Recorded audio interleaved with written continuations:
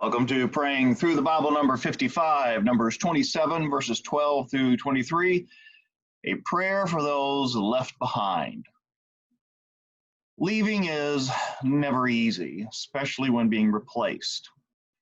Can it be difficult to pray for those replacing us? I guess that depends on several possible components. One, how and why are we being replaced? Two, how much love and care we have for those left behind. And three, how we view our own irreplaceability. There are many reasons for parting.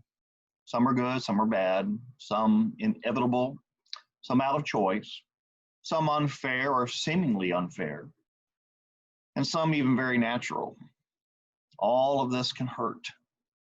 Can it be difficult to pray when we are no longer needed? Anytime leaving is involved, the heart can hurt, haunting the head by why or why me. Another haunting question is, what if? A friend of mine said, what ifs can kill you. When the heart is hurting, when leaving is inevitable, prayer is a soothing or salving answer. In Numbers 27, Moses is about to leave Israel instead of leading Israel into the promised land.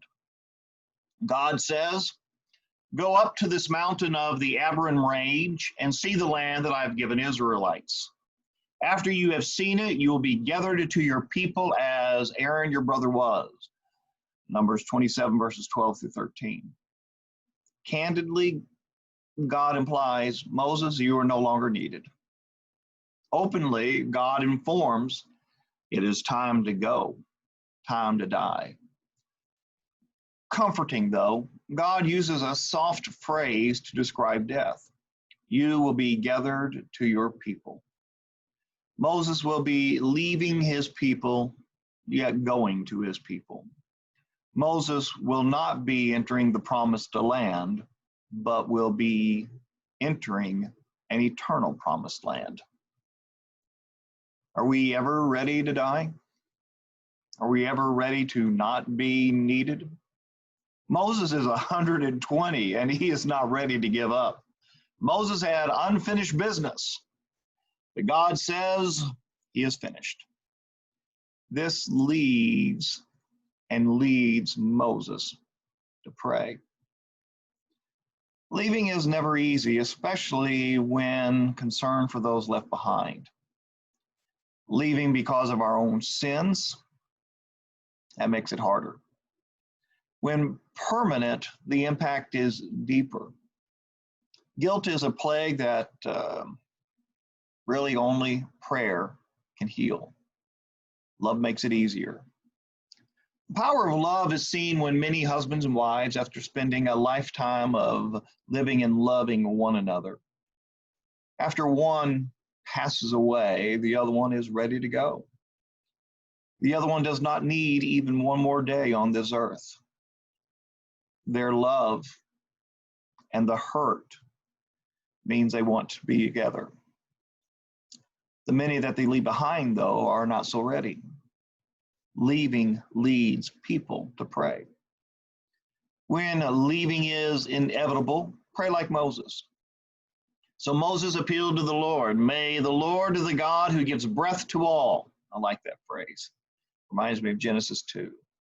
Appoint a man over the community who will go out before them and come back in before them, who will bring them out and bring them in, so that the Lord's community won't be like sheep without a shepherd. Numbers 27, verses 15 through 17. Moses sees a life beyond himself.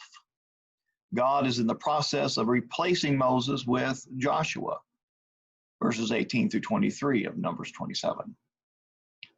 Moses is leaving because of one mistake.